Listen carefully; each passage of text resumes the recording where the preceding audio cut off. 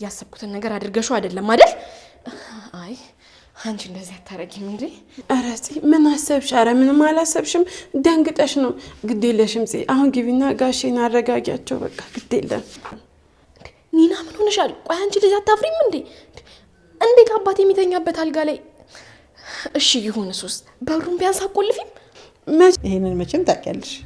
እኔማ እኮ ያንቺ ልጅ ስለሆንኩ ምን ያህል እድለኝነት እንደሚሰማኝ ብታውቂ። እንደኮራውብሽ አኮራሽ።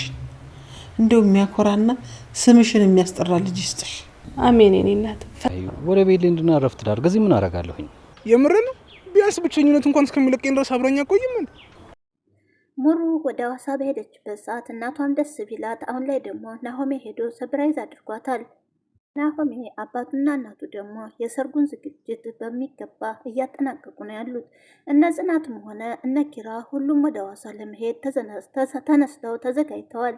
ታዲያ ሚናንም እባክሽን አባቴን አደራ በማለት እሳቸውም ወደ መጣሁበት ልመለስ ቢሉ ጽናት አትሄድም በማለት አስቀረታቸዋለች።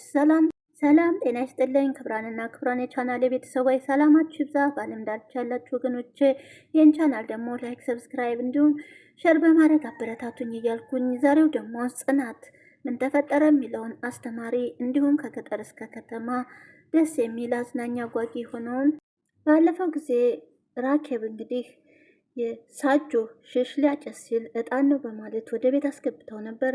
በዛ ምክንያት ታዲያ ራሷን ተቀይራ ስትጨፍር አጠገባቸው እንዲሁም ደግሞ ጫት አምጥተው ሲያስቅሟትም ቆይተው ነበረ። ከዛ ሰኒና ጆከር ሲገቡ ወደ ቤት ያዩትን ነገር በጣም ደንግጠው እነሱንም አስወጥቷቸው ነበር። ዛሬ ታዲያ ወተቱም እየሮጠ ገዝቶ ለራኬብ መንገድ ላይ ያገኛቸዋል። እናንተ ደግሞ ትንሽ አታፍሩም ወይ በማለት ጆከርም ለኔ አታስቡልኝም ወይ በእኔ ምክንያት ነው እኮ እነሱንም የተዋወቃችሁት በማለት እንግዲህ ብር ማለታችሁ ሳያንስ አሁን ደግሞ ያደረጋችሁት ነገር ነውር ነው በማለት ሳንጆንና ጎቢን እንግዲህ ተናግሯቸዋል። አሁን ላይ ሳንጆና ጎቢ በሚያገኟት ሳንቲም መቃም ማጨስ ብቻ እንጂ ስለ ህይወታቸው አያስቡም። በጎዳና ላይ ነው አዳራቸውም። ብር ደግሞ ራሱን ለመለወጥ ሰኔንም ለማስደሰት የሚያደርገው ነገር የለም። አሁን ላይ ደግሞ እነሱን በማየቱ በጣም ተደናግጧል። ራኬብ አሁን ካለችበት ቦታ ስትነቃ ምን እንደምትል ባይታወቅም አሁን ላይ ራሷን ሆነ አይደለም ያለች። ጆከርም እንግዲህ በንዴት እንደናንተ ማገናዘብ የጎደለው ሰው አይቻላቅም፣ እዛም ሆኜ ብልስ እንደምትጠይቁ እኮ አውቃለሁ በማለት እየተናገራቸው ነበረ። ታዲያ ሳንጆም ሸባና እኮ ማለቱ ነው በማለት እንግዲህ ለጎቢ ጋራ ተያይዘዋል። ጎቢን በመጨረሻ ጥሎት ሄዷል። በአንድ በኩል ደግሞ ሙሩ ሐዋሳ እናቷ ጋር ሆና ታዲያ በማይታወቅ ስልክ ይደወልላታል። ስልኩንም አንስታ ማነህ? እኔ ሙሩ ነኝ በማለት እንግዲህ እሷን ራሷን ካስተዋወቀች በኋላ ነገር ግን ከሐይቁ ዳርቻ ሊያገኛት ስለወሰነ ወደዛ ታመራለች። ታዲያ እሷን በፍራቻ ማኪናው እንዴ ማን ነው የቀጠረኝ እዚህ ጋር በማለት እንግዲህ እቤት ከምትመጣ እኔ እመጣለሁ በማለት ነበር። የሰቤትም ስትወጣ እናቷ እንዳታውቅባት እንደምንም ብላ ወጥታ እዛስ እየጠበቀች ሲያለ እንግዲህ ናሆሜ ድንገት ሰብራይዝ አርጓታል። ስልኳንም ሲደውልላት ቪዲዮን ብድግ ስታደርገው ከኋላ ታየዋለች። እሷን በደስታ እንዴ አይኔ ነው ወይስ ምንድን ነው ብላ ዞር ስትል ናሆሜ ነበረ። ናሆሜ አበባውን ይዞ ከእሷ መለያየቱ ውል ማደሩ ስላስጨነቀው አሁን ላይ ወደ እሷ መጥቷል። ተቃቅፈውም በደስታ እንዴት ልትመጣ ቻልክ በማለት እየጠየቀችው ነበር። ፍቅርሽ አስጨነቀኝ የኔ ቆንጆ የኔ አበባ እየደረደረላት በቃ የፍቅር መግለጫውን ከታች እስከ ላይ እየደረደረላት ነበረ። እንዴት ነው እስካሁን ድረስ ሐይቅ እዚህ ያላመጣሽኝ? ሐዋሳ እንዴት ያምራል በማለት የወንዝ ዳርቻውን እየተመለከተ አብረው እንግዲህ እየተዝናኑ ነበረ።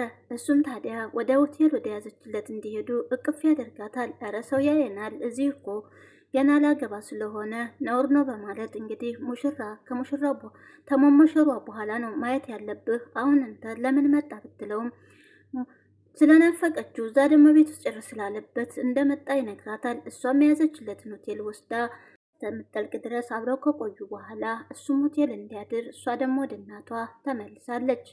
ታዲያ አሁን ላይም ዝግጅቱ በእናቱ ቤት ሽርጉድ እያሉ ነው። በኩል ደግሞ ኪያ ናት። ኪያ አሁን ላይ ሄኖክን ለመቅረብ አትፈልግም። ምክንያቱም እናቷ ከሄኖክ ራቂ ስላለቻት አሁን ላይ እናቴ ትቀየማለች፣ ብትወደውም ብታፈቅረውም አፍና ይዛለች። ስለዚህ ከሄኖክ ለማራቅ የማታደርገው ጥረት የለም። ሄኖክ ደግሞ አሁን ላይም አልቻለም። ላይን ይገጣጠማሉ። የሚሰሩትም አንድ ቢሮ ስለሆነ ግን ደግሞ ፍቅራቸው እያየለ መጥቷል። በእናቷ ምክንያት ሄኖክን ለመራቅ ብትሞክርም ግን ደግሞ ያስታውቅባታል። ሄኖክም ቢሆን ስትወጣና ስትገባ አይኗን እያያት ነበር። በመሀልም እንግዲህ ቅዱስ መንገድ ላይ ያገኛታል። ግን ደግሞ የፍቅር መስዋዕትነትሽን መክፈል ካለብሽ መክፈል አለብሽ፣ እንደዚህ እስከ መቼ ነው የምትቀጥዩ? በማለትም እንግዲህ ከሱ እንደምትርቅምና ለመራቅም እንደምትሞክር እየነገረችው ነበር። ግን ደግሞ እየተወደዳችሁ መለየት ከባድ ነው፣ ለእናትሽም ቢሆን ጥሩ ህይወት ስትይዥላት ደስ ይላታል በማለት ቢነግራትም ሄኖክ ቢወድቃል ይነሳል። እሱ በወደቀ ሰዓት ደግሞ እናቴን ማሳዘን አልችልም፣ ስለዚህ ከሱ መራቅ ነው ትላለች። ግን ደግሞ ስተት ነው ይሄ፣ ስተትሽን ማረም አለብሽ። ስለ ፍቅራችሁ ስላሳለፋችሁት ብለሽ ቆም ብለሽ ተመልከች፣ ምትወጁ ከሆነ አትራቂው በማለት ነበር እንግዲህ የመከራት። እሷም ታዲያ ግራ ተጋብታለች፣ የእናቷ ወይስ የሄኖክ ፍቅር? ስለዚህ እናቷ ደግሞ ፈቃደኛ አልሆነችላትም። ሀናም ለማስታረቅ ትሞክራለች፣ አብረው እንዲሆኑ በጣም ትጥራለች። ሀና አሁን ላይ ታዲያ ከመስሪያ ቤታቸው ቁጭ ብለው ወጣ ብላ ቡና ልጠጣ ነበረ። ሆኖም ሁለቱ ሊሳሳሙ ሲሉ ደርሳባቸዋለች። እሷም ታዲያ እስከ መቼ ነው ሰውን እንደዚህ በማላቸው እየገባው ማሳዝነው? ወይኔ ሀና እዛው ብትቆይስ እያለች ራሷን በራሷ እየተናደደች ነበር። ሄኖክም ቢሆን ምናለ ትንሽ ቆየት ብትኖሮ ዛሬ እኮ አስመለጥሽኝ ይላታል። ቢሆን ወደ ኪራ ተመርቷል። የሚሄዱበትን ቀን እየተነጋገሩ ነበረ። ታዲያ የኋላ አስችል ብሎት ቀድሞን ሄደን አሁን በማለት ኪራም ያወራል። ሀና በመሀል መጣ። እንግዲህ ቡና ነው ምንድን ነው በማለት ታዲያ እኛ አንፈልግም ሲሏት እሷ የተለመደ ጨዋታዋን ታወራለች። ስለዚህ እኛ አንፈልግም፣ አንቺ ወጣ በይና ሂጂ ብይ ሂጂ ጠጭ ሲሏት እንደምን መጀመሪያውን ስመጣ እንደዛ አትለኝም አለቃ፣ ይሄማ ደስ ይለኛል በማለት ነበረ። በእኛ ፋንታ ቡናውንም ሆነ ምሳሽን ሂጂና ቢይ ስላሏት ደስ ብሏት ተነሱ ተለይታቸዋለች። ያም እንግዲህ ከናቲ ጋር ያሳለፈችውን ትውስ እያላት እንዴት ሰብራይስ እንዳረጋት አዘጋጅቶ በቅዱስ ቤት አበባውን፣ ምግቡን፣ ሁሉ ነገር መጠጡን አዘጋጅቶ እሱን እያስታወሰኝ ልቦናውን አትለውጥብኝ፣ እውነተኛ አፍቃሪ ምንም ሳይኖረኝ ሰጥቶኛል። ለምንም ለገንዘቤ ሳይሆን ለእውነተኛ ፍቅር ነው የመጣውና ልቦናውን አትለውጥብኝ እያለ ፈጣሪዋን እየተማጸነች ነበረ። እስከዛሬ ድረስ የሚቀርበኝ ለጥቅም እንጂ እኔን የሚረዳኝና እኔን የሚያበረታታኝ ሰው አላገኘሁም።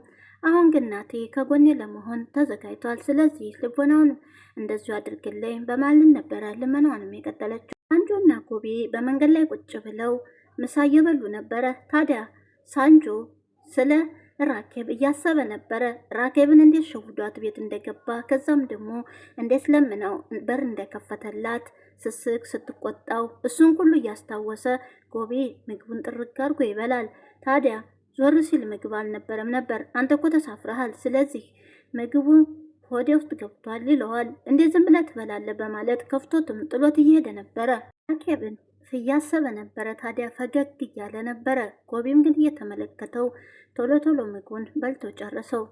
ናሆሜም እንግዲህ ከሙሩ ጋር በሐይቋ ዳርቻ ተቀምጠው ሙሩዬ ስታገኝኝ ግን እንደዚህ አልነበርኩም፣ ግን አፍርሰህ ሰርተሽኛል፣ የህይወት የምዕራም ከፋች መዝጊያም አንቺ ነሽ በማለት እንግዲህ እያሞጋገሳን ነበረ። ከጀንበሯና ከጨረቃዋ የምትበልጥ ልዩ ሴት ለኔ አንቺ ነጸብራቂ ነሽ ይላታል። የህይወት ምዕራፍ እንዴት አይነት እንደሆነ ነው ያሳየሽኝ ሲላት፣ አንተም እኮ ጥሩ ሰው ስለሆንክ ነው የተቀየርከው በማለት እንግዲህ ቁጭ ብለው ደስ በሚል አየር እየተጨዋወቱ ነው። ያልሆንኩ ሰውዬ አሁን ላይ ፍቅርሽ አሸንፎኝ ይኸው ስከንፍ መጣሁልሽ ይላታል። እንኳን የመጣህልኝ የኔ ፍቅር፣ እኔም እኮ በጣም ነው የምወድህ በማለት እንግዲህ ፍቅራቸውን እየተገላለጹ በሐይቋ ዳርቻ ተቀምጠዋል። እናት ወይዘሮ አለምዬና ጋሼ እንግዲህ የሚጠሩትን ሰውም እያዘጋጁ ነበር በወረቀት። ታዲያ ከሌ ቀረን፣ ከሌ እኮ ለሰርጉ ጠርቶን እንደዛ ሄደን በማለት እንግዲህ ወረቀቱ ላይም የሚጠሩትን ሰው እያሰፈሩ ነበረ። ስንት በሬ ሲበቃል በማለት 3 በሬ ቢሆን በማለት ግን ደግሞ በኋላ ያንሳል ብለው የናሆሚ አባት ይፈራሉ። ግን አነሳነስ ያለ 4 ብታረገው በማለት እንደዚህ እያሉ እንግዲህ የሚጠሩትንም ሰው እያሰቡ የሰርጉን ዝግጅት ጀምረውታል። ታዲያ ብቻሽን እንኳን ሆነሽ ሁሉን ነገር እንዴት ትችዋለሽ? እህትሽን ጠርተሻት አብራችሁ አዘጋጁ በማለት ይናገራሉ። የናሆሚ አባትም ሰርጉ ሲዳረስ እንግዲህ እጠራታለሁ ብዬ ነው እኮ እናቴ ደግሞ ብቻዋን ናት በማለት ወይዘሮ አለሚቱም ይናገራሉ። ሁል ደግሞ ሚና ናት። ሚና እንግዲህ ናቲ መጥቶ ነበረ። የእሷ ክፍል ውስጥ ደግሞ ለጽናት አባት ተለቆ ስለነበረ እዛም ገብቶ ሚናዬ ነይልኝ እያለ ለመቀራረብ እየሞከረ ነበረ። ወዲያውም ታዲያ የጽናት አባት ደክሟቸው ስለነበረ ለማረፍ ሲገቡ ልብሱን አውልቆ ስላዩት በስማን ብለው ይመለሳሉ። ሚናም በጣም ትደነግጣለች።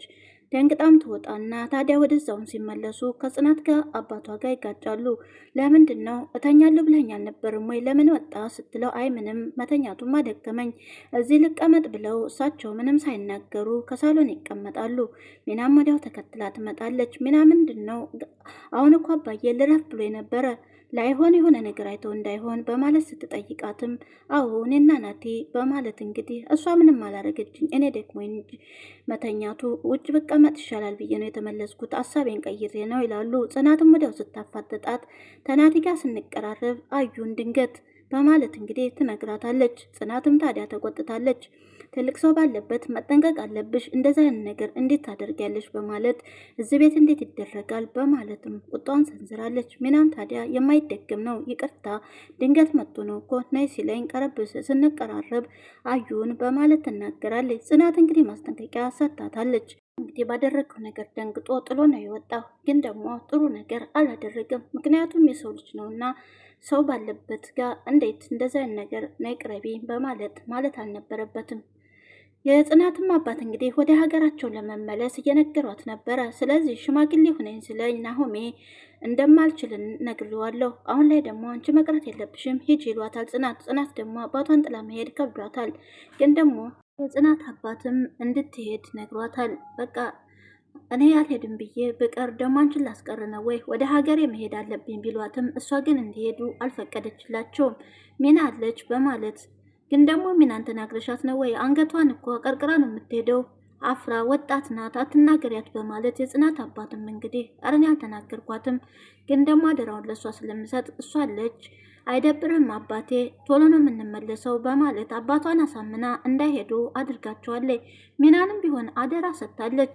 ነገር ግን ጠዋት ልብሳቸውን አዘጋጅተው ኪራና ጽናት ሊሄዱ ሲሉ ሚና ቻው ሳትሉኝ አትሄዱም ወይም ይዛችሁኝ ሂዱ በማለት አስቸግራቸው ነበረ። ኑሮም እንግዲህ አሁን ላይ ተናሆም ስትመለስ እናቷ እየጠበቀቻት ነበረ። ልጄ የት ሄደች ነው እስካሁን ስልክ ሳትደውይ በማለት አለው መጣው ትላለች። ግን ደግሞ ሙሩ ምናልባት ለሰርጓ ሀዊ ልትበቀላት መታ ነበረ። ነገር ግን በፍቅር ስለተሸነፈች ነገሩ ስለገባት ሀዊ አሁን ላይ ለሙሩ እንደ እህት ሆና አብረው እየኖሩ ነው ያሉት።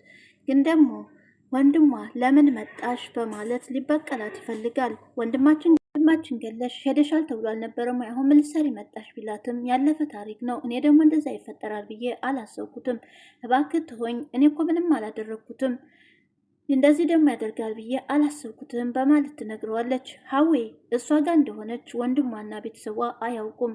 ሀዊም መጀመሪያ የመጣችው ሙሩ ልትበቀል ነበር። ነገር ግን የእሷ ደግነትና ሁኔታውን ስታይ ግን ደግሞ እያስታመመቻት እያለ ብዙ ነገር ብታረግ አሁን ላይ ለሙሩ እንደ እህት ሆና ተሰውም ትከላከልላታለች። ታዲያ አሁን ላይ ሰርጉ ላይ ችግር ይፈጥራሉ ብዬ አስባለሁ። በእኔ እንደራሴ የዛሬው ቪዲዮ እዚህ ላይ አብቅቷል። እንግዲህ እነ ሰኒም ሆኑ እነ ጽናት ወደ ሰርጉ ለመሄድ ዝግጅት እያደረጉ ነው።